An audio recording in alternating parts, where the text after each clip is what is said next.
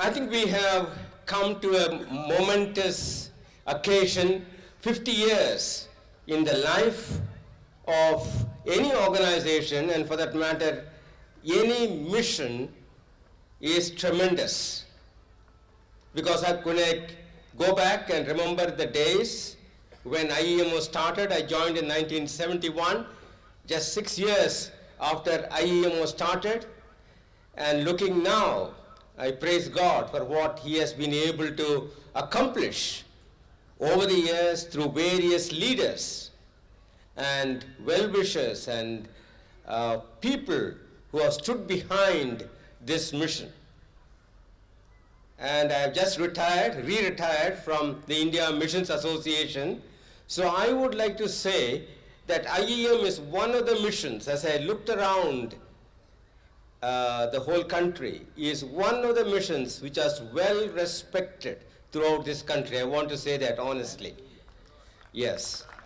And so I hope you will keep it up, and something which IEM stands for is integrity, and something which what it does it for the glory of God. Now this session has been given to me just to reflect on what God has done in our lives and what God has to do in our own lives still. It's not just looking back and saying, praise the Lord, God has done great things, but where are we now? And what should we be doing at the moment? Now, I just want to read to you from Acts chapter 20, verse 17 onward, just a few verses. This is something which Paul wants us to remember. This morning, we have been reminded that we have to remember of the past. And here is Paul reminding us of what he himself remembered. From Miletus, Acts chapter 20, verse 17. From Miletus, Paul sent to Ephesus for the elders of the church. When they arrived, he said to them, you know how I lived the whole time I was with you, from the first day I came into the province of Asia. You know how I lived the whole time I was with you. It was an available living which we find Paul had. It's available to all people there. I want to ask you, when you started off your life as a missionary, how was your life? How was your life? Was it simple or complicated? It's very, very simple. All right? I remember a missionary years ago said, when I joined the mission, I just came with a suitcase. Now look at all the bags and baggages, wife, children, grandchildren. You know, life has become more complicated as years went on there. And here, Paul's life was still simple. The question we need to ask ourselves is, when you joined and when I joined the mission, we had a vision. We came with the understanding God saved us and this salvation should go out to all people. Is that right? Is that how we came in? Yes. I have received salvation. And this salvation should go out to all people. That was the only thing that motivated the early missionaries.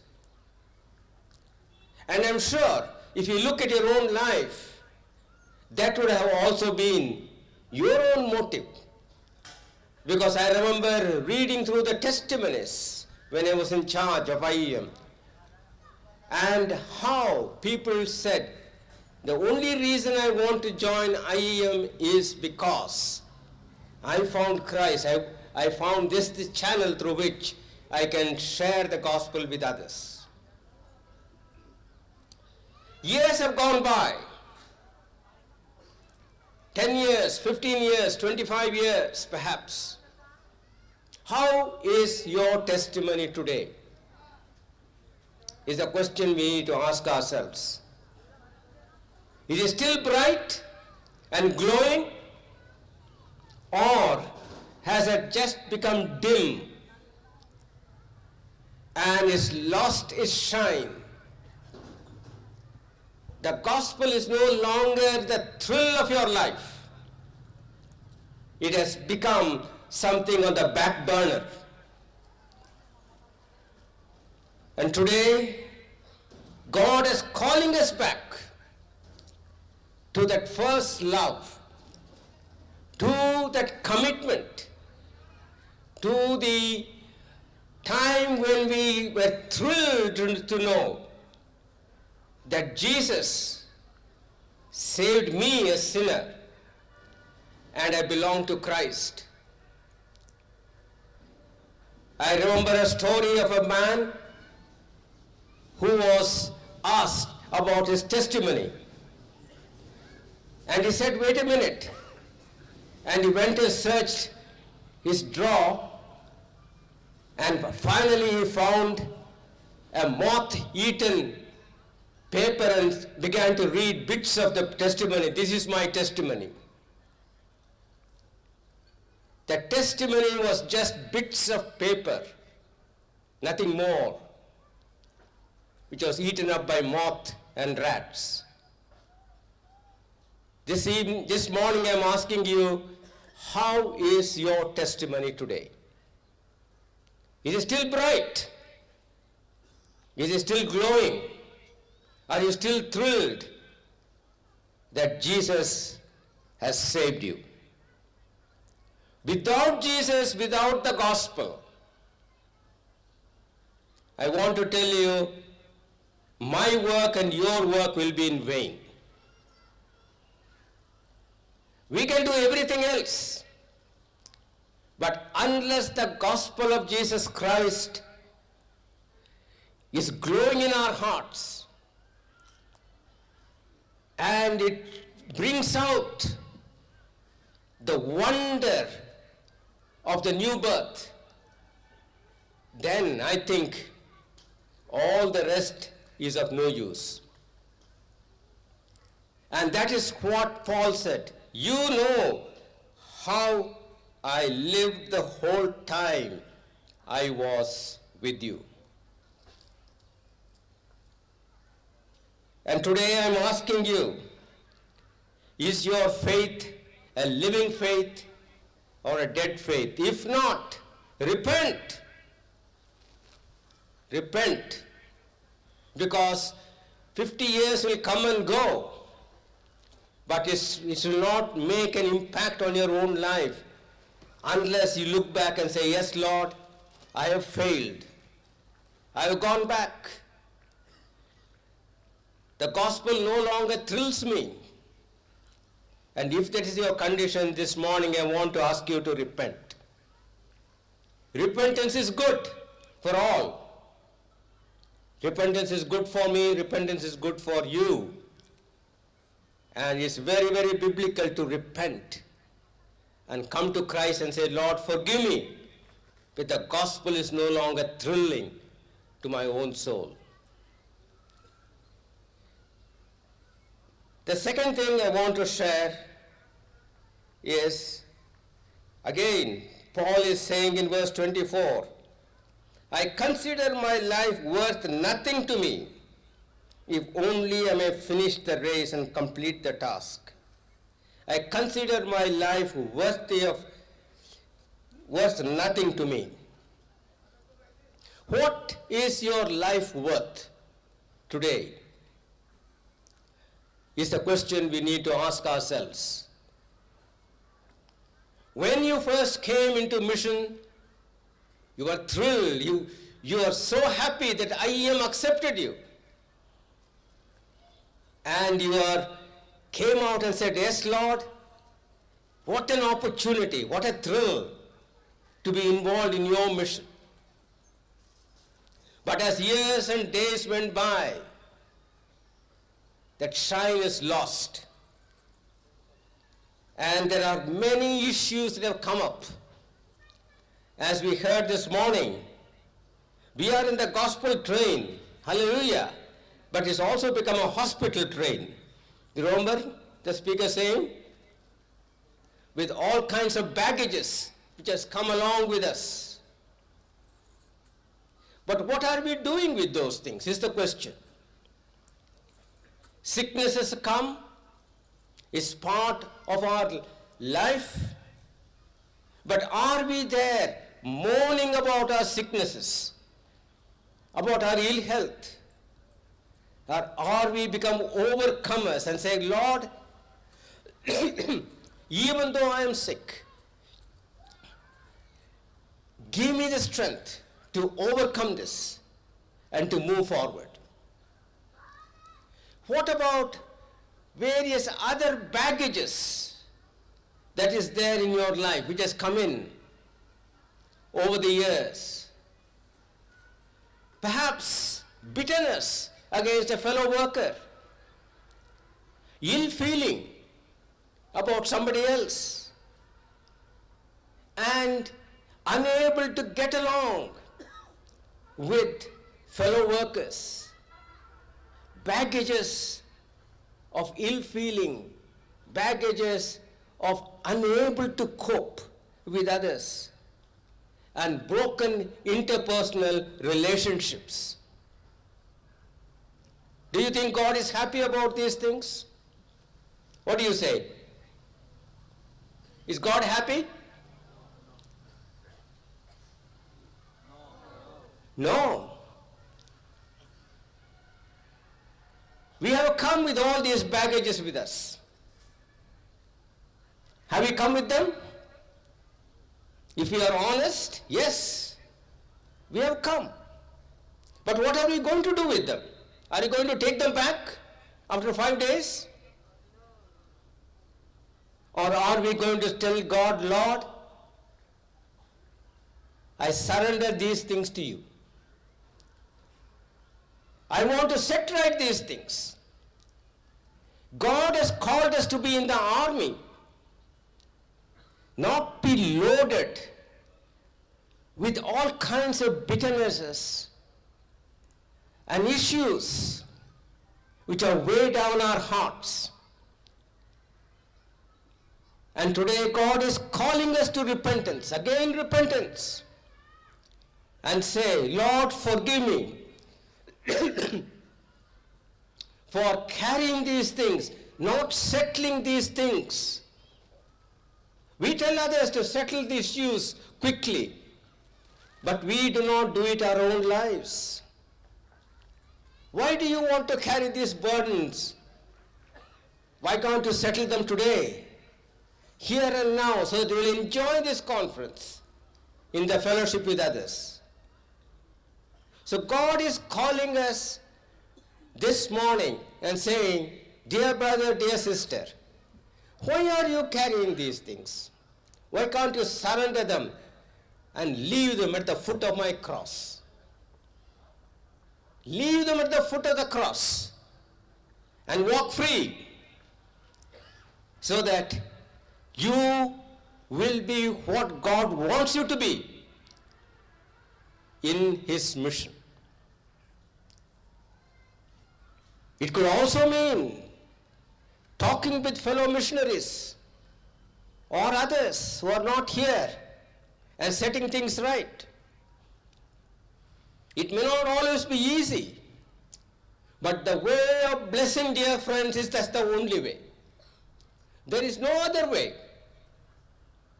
You cannot hide, you cannot keep it secret. it will always come back to you.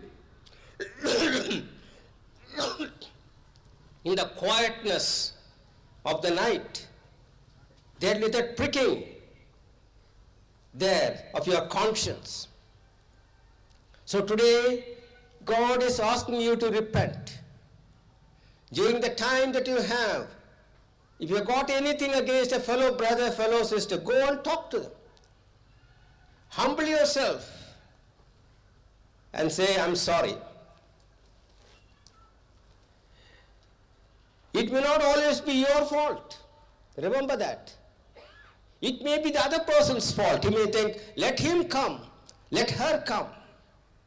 But don't wait. You take the initiative. You set things right so that your heart is clean, and then you will be able to rejoice with God and see what God is able to do in and through your life when you go back to the mission field. Very often our ministries are hindered because we are not clear in our hearts, in our lives. We carry burdens of various kinds which God does not want us to carry. So the second thing is to repent, of all the baggages that you are unnecessarily carrying. The third thing that I want to share with you is verse 26 of chapter 20 of Acts 20. Acts 20 verse 26. Therefore I declare to you today, I am innocent of the blood of all men, for I have not hesitated to proclaim to you the whole will of God. Accountable living, a living in which you have proclaimed the gospel faithfully to all.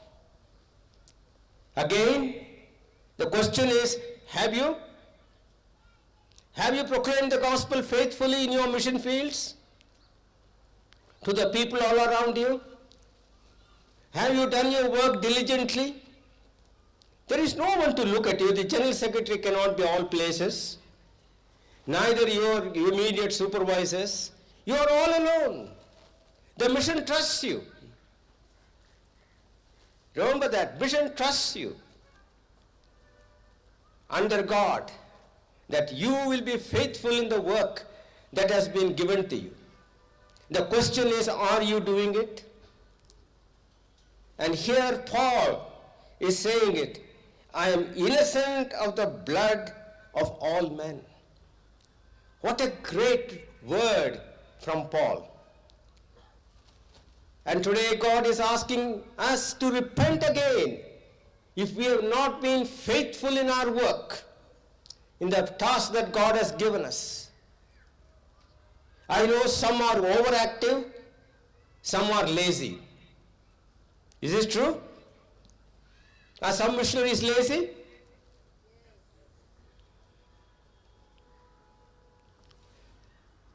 Are you lazy?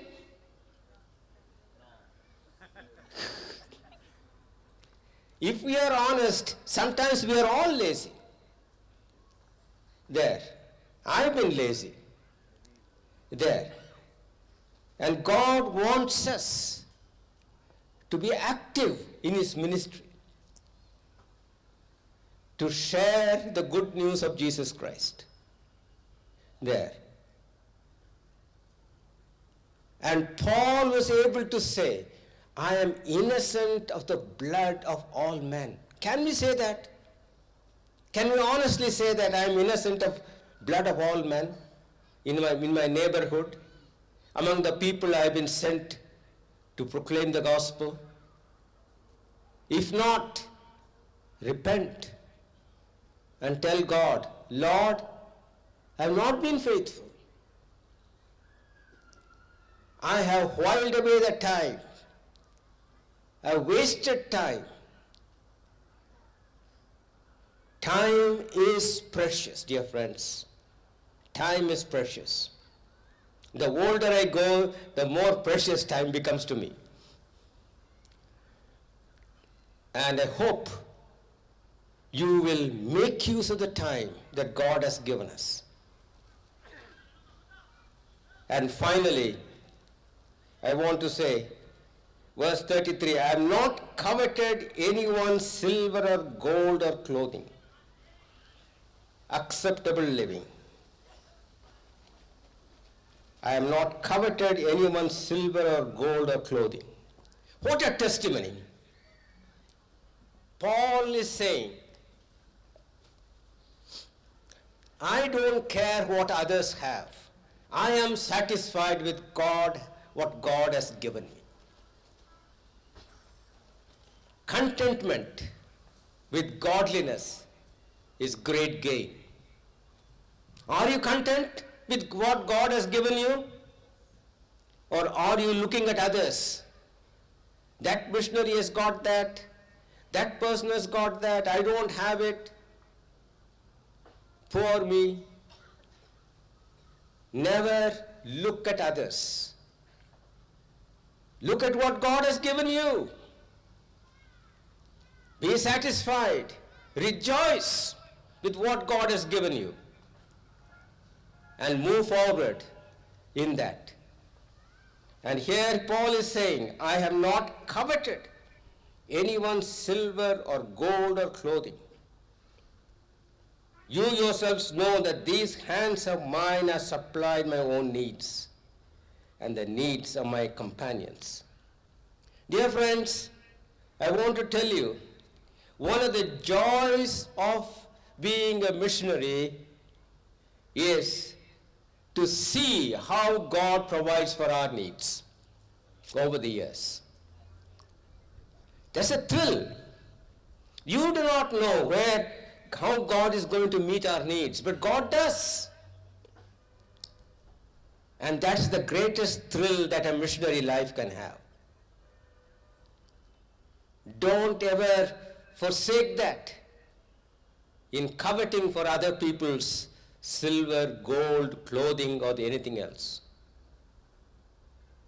Be thrilled to know God is trustworthy and He will provide. I remember the days when I joined IEM in 71, when my first salary was 200 rupees. And I looked at the money and said, this is pocket money. How am I going to live? But God has been faithful. And I don't think I ever borrowed money from anybody all these years. God has provided through thick and thin. And that's the thrill of being a missionary, of walking in God's way, knowing that He will provide. God is no man's debtor. So if you are coveting, wondering how other person has got so much, I have so little, repent.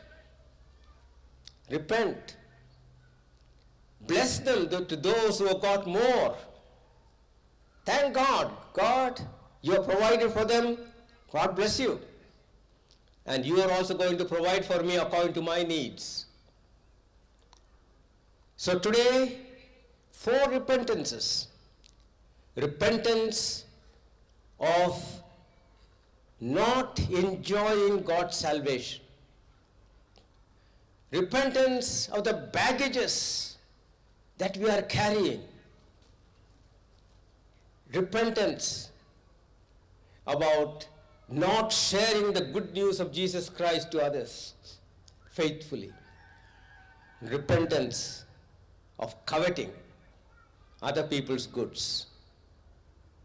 And this morning, I want you to spend time just to pray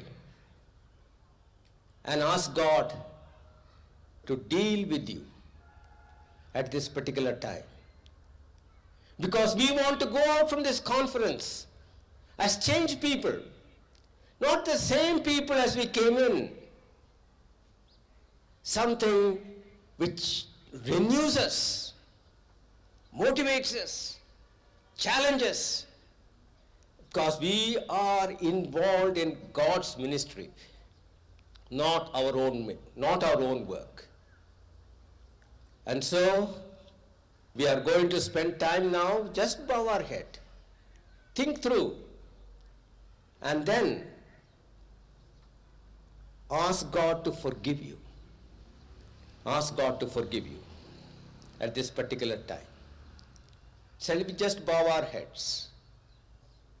Wherever you are, just bow our heads. Don't think about your husband, wife, anybody else, your friend. Just think about yourself and ask God to look at your own life in the 4 areas and then ask God to forgive, so that you will be cleansed with the precious blood of our Lord Jesus Christ.